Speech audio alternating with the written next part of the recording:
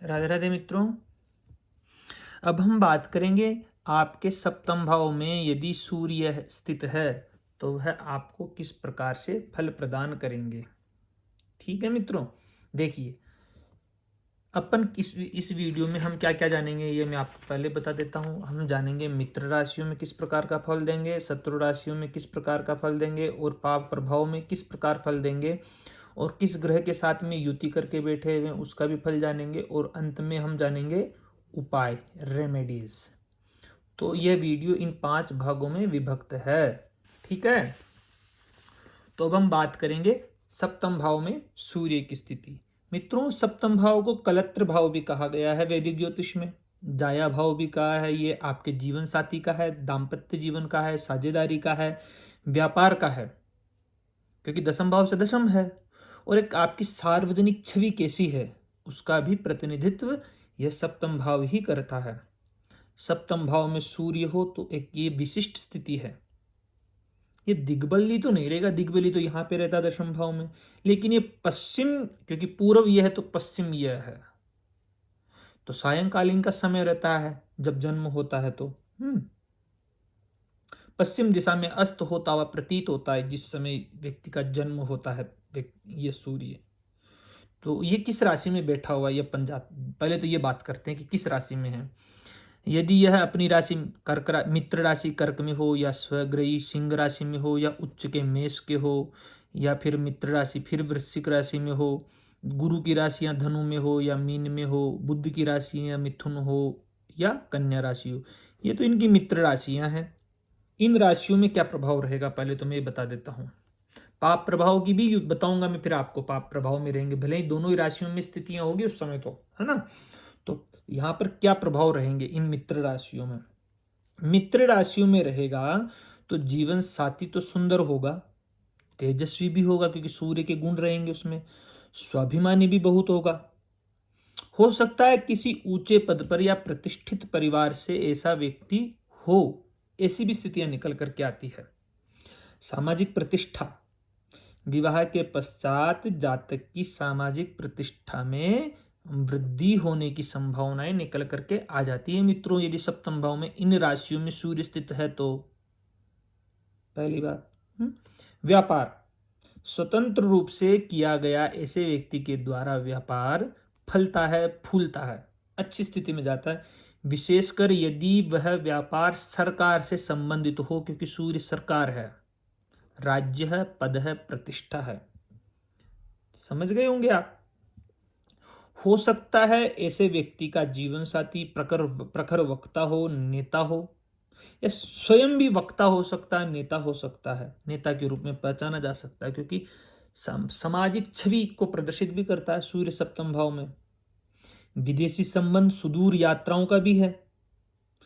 मित्र राशियों में रहेगा तो विदेश यात्राओं का भी योग थोड़ा तो योग बना ही देता है, छोटा मोटा, ज्यादा नहीं, क्योंकि विदेश नवम और द्वादश भाव और तृतीय भाव, इन भावों का भी संबंध देखना पड़ता है ज्यादा भी दूर के लिए। हाँ, दृढ़ इच्छा शक्ति अच्छा रखता है ऐसे व्यक्ति का जीवन साथी, अपने लक्ष्य को प्राप्त करने के लिए बहुत कठोर परिश्रम करता है ऐसे व्यक्तियों का, ऐसे व्यक्ति का जीवन साथी, क्योंकि सूर्य सप्तम भाव में आकर के बैठा हुआ है। जातक निष्पक्ष रहता है, कानूनी मामलों में भी ऐसे व्यक्तियों को सफलता ही देखने को मिलेगी मित्रों। हाँ, यदि यह, अब आगे बात करते हैं, अपन शत्रु राशि की चर्चा करेंगे। शत्रु राशि नीच राशि तुला राशि में हो, या मकर राशि में हो, या कुंभ राशि में यह युति बन रही हो, तब क्या परिणाम रहेगा मित्रों, थोड़ा सा समझिए। थोड़ा अहंकार हो सकता है, 2 मिनट रुकिएगा। थोड़ा दाम्पत्य जीवन में कलह हो सकता है मित्रों, तुला राशि में होने से अहंकार हो सकता है, ईगो हो सकता है। इसके अहंकार ईगो के कारण पति पत्नी में अक्सर विवाद होने की संभावनाएं व्यक्त होती है मित्रों। विवाह में भी देरी हो सकती है।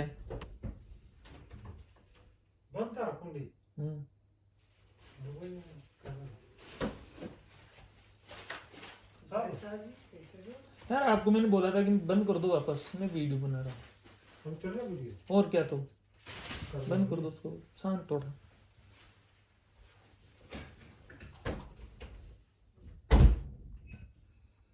यदि मित्रों यह नीच राशि में बैठा हुआ, तुला राशि में आकर के बैठा हुआ है, तो हो सकता है दाम्पत्य जीवन में कलह की संभावनाएं निकल करके आती हो, अहंकार हो, ईगो की संभावनाएं हो सकती है।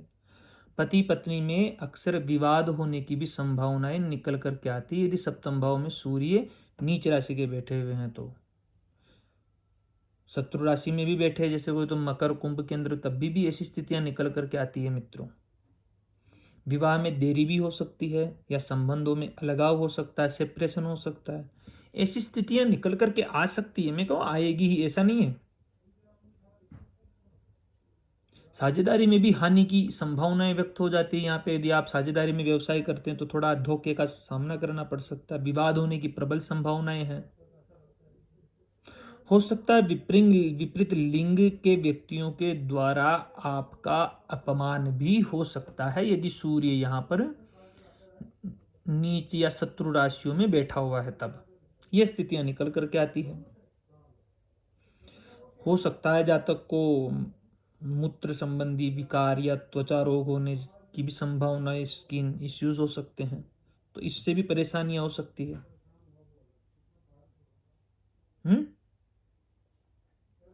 हो सकता है ऐसे व्यक्ति जाता अक्सर गलत लोगों पर भरोसा कर ले, सूर्य यहाँ पे ऐसा बैठा रहेगा तो। हो सकता है व्यर्थ की यात्राएं करे, थकावट हो, आर्थिक हानि हो, ऐसी भी स्थितियां उत्पन्न हो सकता है। यदि ये पाप प्रभाव में हो, स्त्री की कुंडली है, पति संत्यक्ता दिवाकर स्थस्ते, आता है ना, आपने श्लोक पढ़ा होगा, क्या आता है, तो मंगल हो तो बाल्ये विधवा भूमः पति संत्यक्ता दिवाकर स्थस्ते सौरेर पापेर दृष्टैर अनूढ़ैव जारम समुपयाति। तो ये तो क्या बोलते हैं, पति संत्यक्ता, पति के द्वारा त्याग दी जाती है यदि पाप प्रभाव में हो और अशुभ राशि में सूर्य बैठा हुआ हो, तब ऐसी स्थितियां होती है। सूर्य सप्तम में बैठा हुआ है। यदि सूर्य के साथ में मित्रों शनि आकर के बैठे यहाँ पे, तो पिता पुत्र का बहुत शत्रुता हो सकती है।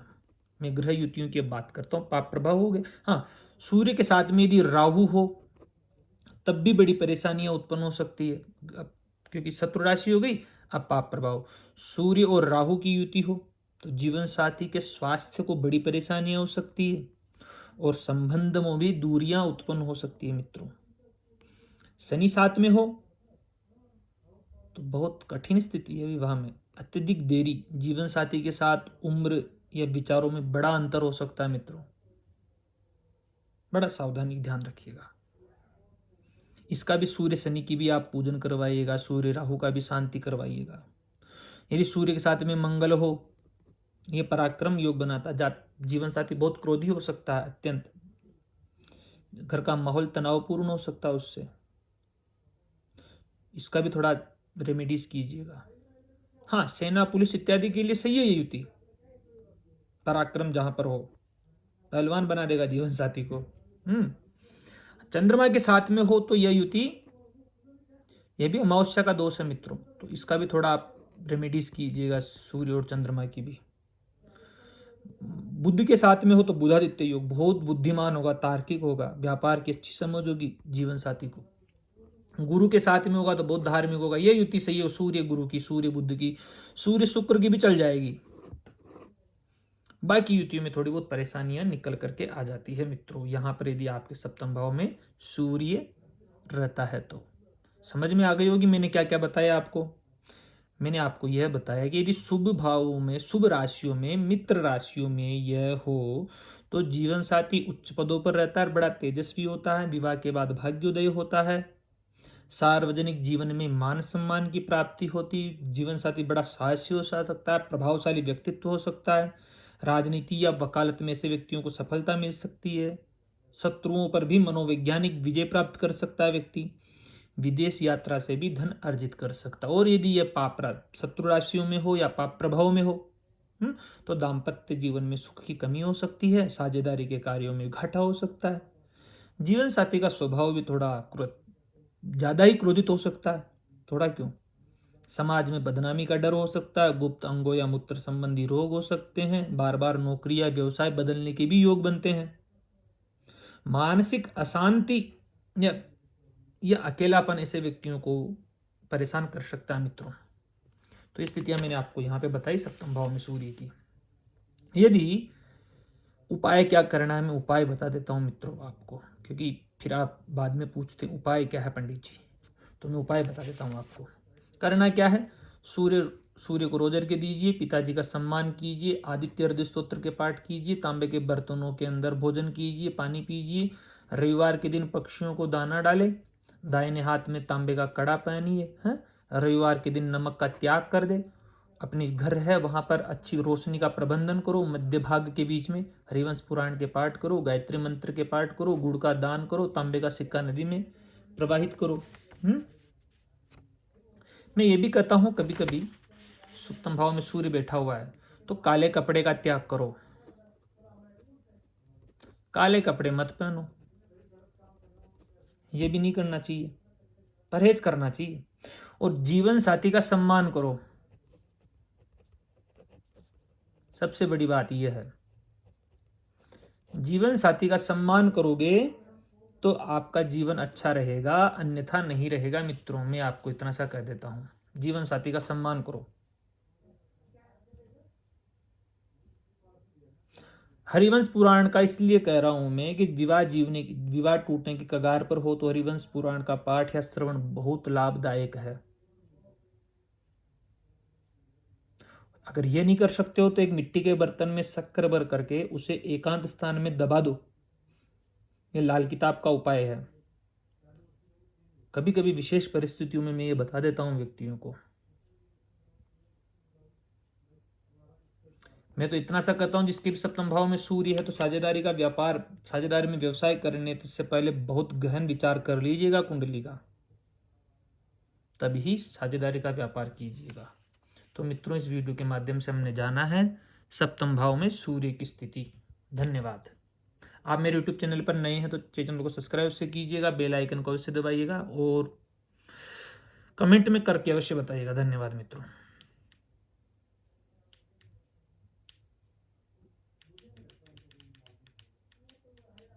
काम नहीं करता है रिमोट।